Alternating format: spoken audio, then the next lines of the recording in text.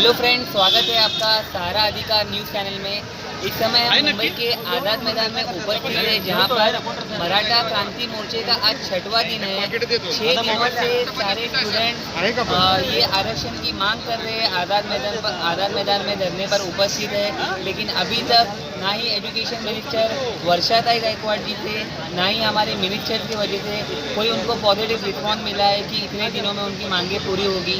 आज हम इस पर फिर से चर्चा करेंगे। सर, स्वागत है आपका सहारा अधिकार चैनल में। आज 6वां दिन है और आज उनकी मांगों को अभी तक कोई भी एक्शन नहीं लिया गया। इस पर आप क्या कहना चाहते हैं? मेरी महाराष्ट्र सरकार को ये विनती रहेगी कि जब 2000 को न्याय नहीं मिला है तो मेरी गुजारिश है ये राज्य सरकार को कि इनकी जो समस्या है और वो समस्या लेके जो 6वां दिन में है, वो 6वां दिन में अभी तक कोई आया नहीं है। लेकिन मैं कोशिश करूंगा आदरणीय पवार साहब को, आदरणीय अजीत दादा को बोल के कि ये कैसा ही करके उनकी जो मांग है वो मांग को सामने रखते हुए उनको ऑर्डिनेंस निकाले। जैसा उन्होंने 2019 में MBBS के बाद MS और MD का प्रॉब्लम था, सुप्रीम कोर्ट ने स्टे दिया था और उसके बाद वो महाराष्ट्र सरकार ने ऑर्डिनेंस निकाल के उनको SC/BC के तहत उनको MS और MD के अच्छे कॉलेज में उनको एडमिशन मिला था। उसी तरफ जो MPSC एग्ज़ाम का पूरी प्रोसीजर पूरे होने के बावजूद भी अभी तक लोगों को अभी तक न्याय नहीं मिला है। तो ये न्याय देने का काम जो हमारी महाआघाड़ी की सरकार है, महाविकास की सरकार है, वो सरकार करने के लिए हम लोग उनको विनती करेंगे। मैं कल या परसों आदरणीय अजीत दादा पवार उप मुख्यमंत्री उनको मिलूंगा और ये उनकी जो मांग है, उनके जो मराठा क्रांति मोर्चा के जो पदाधिकारी हैं, हमारे बम्बई के जो मराठा समाज के पदाधिकारी हैं, उनको लेके आदरणीय अजीत दादा को विनती करूंगा कैसा ही करके अगर ये कोर्ट की तकलीफ होता है तो आप ऑर्डिनेंस निकालो और इनको 2000 के ऊपर जो बच्चे जो आज अपना भविष्य देख रहे हैं, अभी तक उनको नौकरी नहीं मिली है, जो तहसील हो गए, नायब तहसीलदार हो गए हैं, तो अभी तक उनको तकलीफ हो रही है। उनके वजह से जो उनकी फैमिली तकलीफ में है, उनको जॉब नहीं मिल रहा है, उनकी उम्र ख़त्म हो जा रही है। इसलिए मेरी गुजारिश रहेगी कि सरकार को कि इनकी जल्दी से जल्दी ऑर्डिनेंस निकाल कर उनको जॉब मिलने की कोशिश करें। सर, जब से मोदी जी चुन के आए हैं, उनका ये कहना है कि वो हर साल 2 करोड़ युवाओं को जॉब मिलेंगे। यहाँ पर तो देखा जा रहा है कि मराठा आरक्षण के लिए अभी तक उनकी डिमांड पूरी नहीं हुई और मोदी जी ने झूठे वादे किए लेकिन उनको पूरा नहीं किया। इस पर आप क्या कहना चाहते हैं? देखो, उसमें तो पूरे फेल्यूर है। मोदी सरकार ने पहले ही कहा था कि हम सालाना 200 करोड़ को लोगों को नौकरी मिलेगी।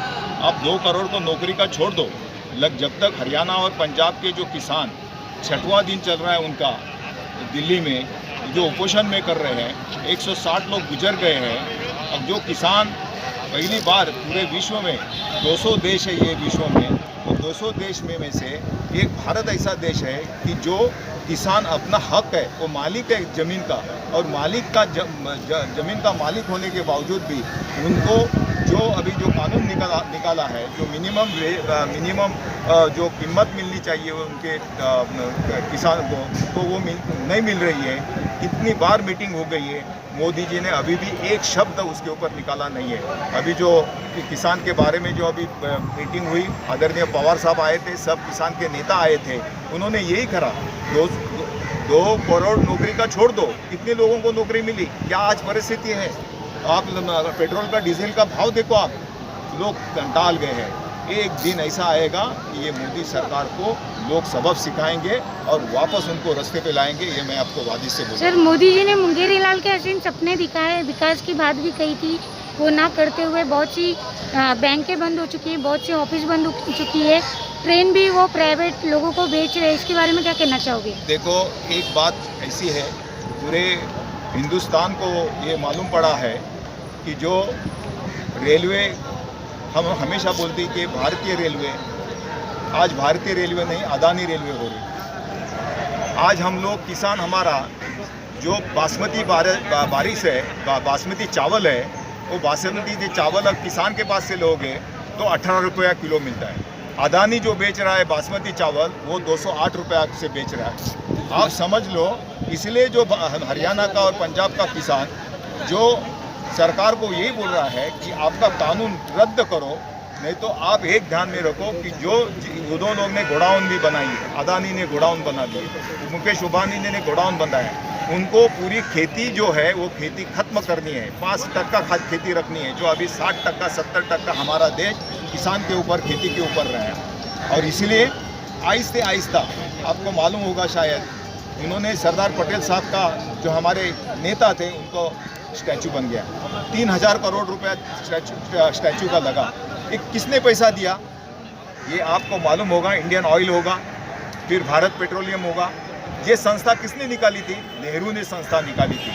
जो नेहरू ने जो कॉरपोरेट फंड होता है, वो कॉरपोरेट फंड उन्होंने लिया मोदी जी ने, और वो स्टैचू बांधा 3000 करोड़। ठीक है, कोई बात नहीं है, हम आदर करते हैं पटेल साहब का, लेकिन आप आहिस्ते आहिस्ता रेलवे बेच रहे हैं, 50 एयरपोर्ट आपने बेच डाला है, वो अदानी को दिया है, इसको दिया है। आप आहिस्ता आहिस्ता हिंदुस्तान पेट्रोलियम बेच रहे हैं, आप Aahista Aahista Indian oil company बेच रहे हैं। ये क्या चल रहा है? ये क्या चल रहा है? आप दो जन सरकार चलाते हैं, मोदी जी और अमित शाह, और किसके लिए चलाते हैं? 2 आदमी के लिए, अदानी के लिए और मुकेश अंबानी के लिए। ये चल रहा है देश में। सर लास्ट में मेरा आखिरी क्वेश्चन, ये मराठा आरक्षण जो स्टूडेंट को मिलने वाला है, जैसे कि महाराष्ट्र में महाविकास आघाड़ी की सरकार है, इस आरक्षण को मिलने के बाद में जितने स्टूडेंट यहाँ पर आए हैं उनको क्या क्या बेनिफिट मिलेंगे, आप हमारे दर्शकों को बताइए।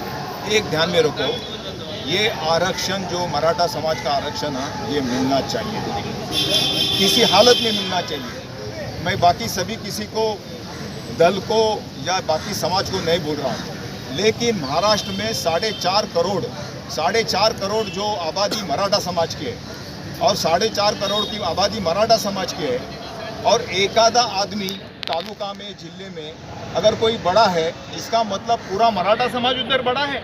ये गलत है। जैसे सेंसस हुआ, जब नारायण राणे साहब वहाँ कमेटी के जो प्रमुख थे, वो कमेटी प्रमुख होने के बावजूद जो सर्वे निकला, वो सर्वे ने तय किया, और महाराष्ट्र अपना हाई कोर्ट ने अपने को न्याय दिया। हाई कोर्ट ने हम लोगों ने जो आरक्षण मंजूर किया, वो हिसाब से मेरी गुजारिश है सरकार को, महाराष्ट्र सरकार को भी है और केंद्र सरकार को है। मैं एक आपको उदाहरण देना चाहता हूँ कि जब 1991 में 92 जब नरसिंह राव जो पंतप्रधान थे, और तमिलनाडु में 69% का आरक्षण गया था। 50% के अंदर होना चाहिए, अगर 50% को ऊपर होता है तो सुप्रीम कोर्ट उसको स्टे देता है। लेकिन आपको याद होगा कि तमिलनाडु ने, उन्होंने अपने विधानसभा में, विधान परिषद में मंजूर किया, और नरसिंह राव ने भी लोकसभा और राज्यसभा में मंजूर किया। उसको 9 शेड्यूल बोलता है, 9 शेड्यूल में उसको वो आरक्षण में लाया, अभी तक उनको स्टे मिला। वही केंद्र सरकार में भी करना चाहिए। मेरी मांग सभी भाजपा के नेताओं को है, जो महाराष्ट्र के नेता हैं, आप केंद्र सरकार को भी बोलिए, महाराष्ट्र सरकार करेगी, उनको करना ही है। मराठा समाज को आरक्षण देना ही पड़ेगा। इतनी हालत मराठा समाज की लोगों की हालत है कि उनको नौकरी नहीं मिल रही है। अगर एडमिशन की क्या हालत है, अगर हमारा बच्चा 80% अगर मिलता है तो उसको साठे कॉलेज में एडमिशन नहीं मिलता है, उसको पाटकर कॉलेज में एडमिशन नहीं मिलता है, वो बेचारा घूमता है। हम राजनीतिक काम करते हैं, जो ज़्यादा एडमिशन मांगने के लिए अगर कोई नेता के पास जाते हैं, पॉलिटिकल लेकर जाते हो, तो मराठा समाज के लोग आते हैं, क्योंकि उनको आरक्षण के लिए उनको रिजर्वेशन नहीं है। अगर ACP का आरक्षण होता तो आज ये परिस्थिति नहीं होती थी। इसलिए मेरी सरकार को यही गुजारिश रहेगी, रिक्वेस्ट रहेगी कि दोनों सरकार को, जो महाराष्ट्र सरकार भी हो और केंद्र सरकार को, जल्दी से जल्दी मराठा आरक्षण का आप जल्दी से न्याय दो। Thank you very much. आप कुछ कहना चाहोगे? हिंदी बराबर है ना? नहीं, आपको बात सुनिए, हो। ये राष्ट्रवादी कांग्रेस के बड़े लीडर है। सर का नंबर ले लो, पद ले लो। नंबर दिला इनच्याकडे ना, जी? देते। इनका नाम क्या है? दिवाकर तावडे साहब, राष्ट्रवादी कांग्रेस का आज 6वां दिन है पोषण का, और कम से कम 2000 के ऊपर जो लोग MPSC एग्ज़ाम के तहत जो पास हुए थे, पूरी जो MS और